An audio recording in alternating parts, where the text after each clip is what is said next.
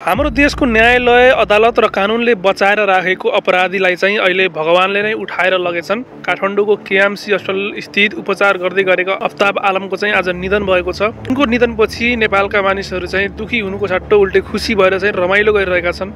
किनभने उनले चाहिँ जिउँदै मान्छेलाई चाहिँ भट्टीमा लगेर पोलेर चाहिँ मारेका थिए।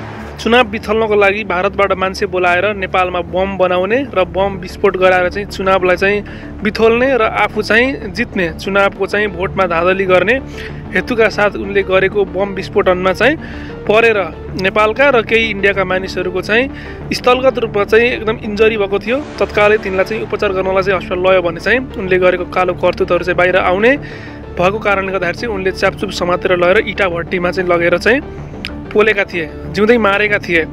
यसरी जिउँदै मार्न सक्ने कुख्यात अपराधीलाई नेपालको सरकारले, नेपालको संविधानले, नेपालको अदालतले संरक्षण गरेर राखिरहेको थियो। तर हाम्रो देशको कानुन र अदालतले जोगाएको मान्छेलाई भगवानले नै उठाइदिएका छन्।